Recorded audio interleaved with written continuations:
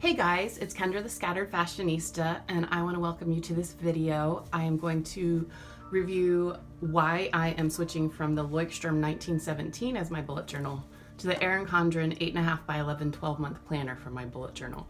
I've jerry-rigged this a little bit. I'm going to show you what I'm going to do and why I am making the change, because if you've ever watched any of my other bullet journal videos, you know I love the bullet journal system. So let's go ahead and get started. As a caveat before we get started, there is construction going on outside my house and I can't use my office right now because it's a disaster, and my lighting, I have issues with my lighting right now, so I'm trying to use the front door for my light. All right.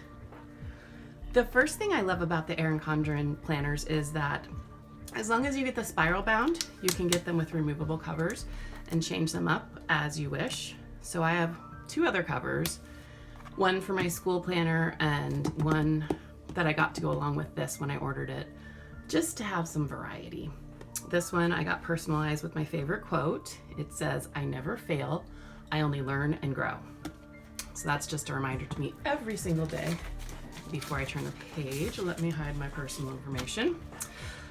These planners are great because you can use this as a dry erase board, or you can use these with Sharpies and just write what you want to write down and then wipe it off when you're done. So I love that. I use that all the time in Reagan's school planner for our chalkboard lessons because it's easy to plan ahead and easy cleanup. This first page, you've got a little quote. Then you go into your 18-month planning. This is where I track my cycle.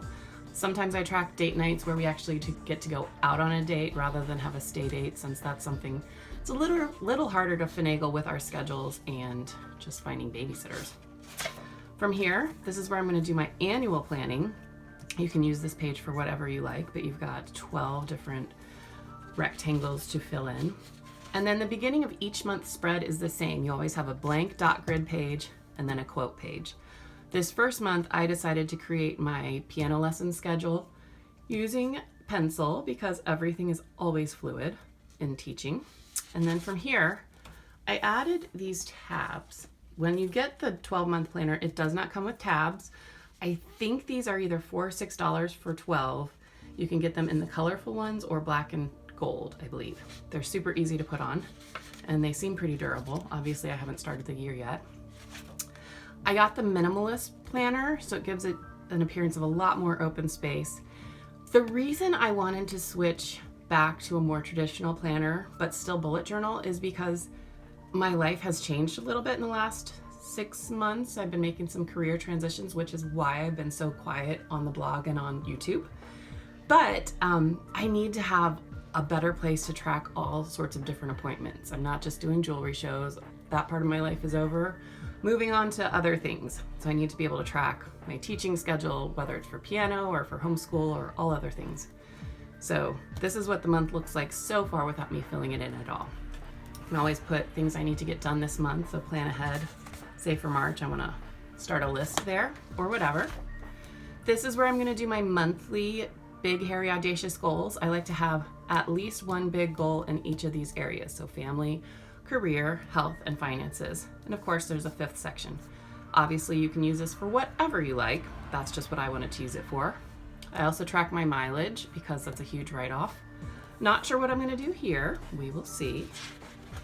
And then on this last page, I have a place to do my advanced planning for each week of the month.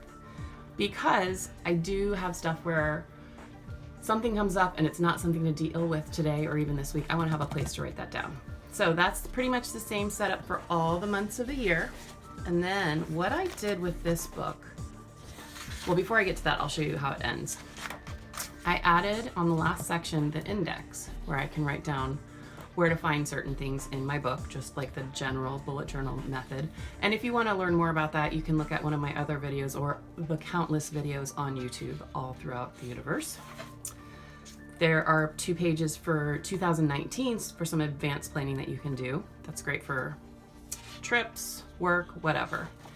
And then here is where I jerry-rigged it. I looked into how to uncoil the planner, and I took one of Erin Condren's dot grid notebooks and I uncoiled that, uncoiled this book, and coiled them together. So I added 120 of these dot grid pages I kept the lined pages that come in the back. I'm not sure I'll use these because I do prefer dot grid, but I figure they're perforated, so I can always start at the back and rip them out if I want to. So anyway, that's what I did there. It's a little bulky, but it's not too bad. Can you see that there? So here's my hand, which I do have huge hands. But it's kind of bulky, but it's not bad. And again, I'm not carrying this with me to the doctor's office or what have you. This is just for work and home. With all Erin Condren's planners, you do get this heavy duty folder. On one side it's nice and thick, and on the other side it's just the bottom right here, and another place to write here. You also can get her little coil clips where you can attach anything you want to. So you can attach reminders, pictures, whatever you want. So my plan in using this, and it's been really hard not to get started. I've had this since I think October. My plan in using this is to treat this section exactly like I treated my old Leuchtturms, just in my weekly planning and lists and all that, what have you, goodness.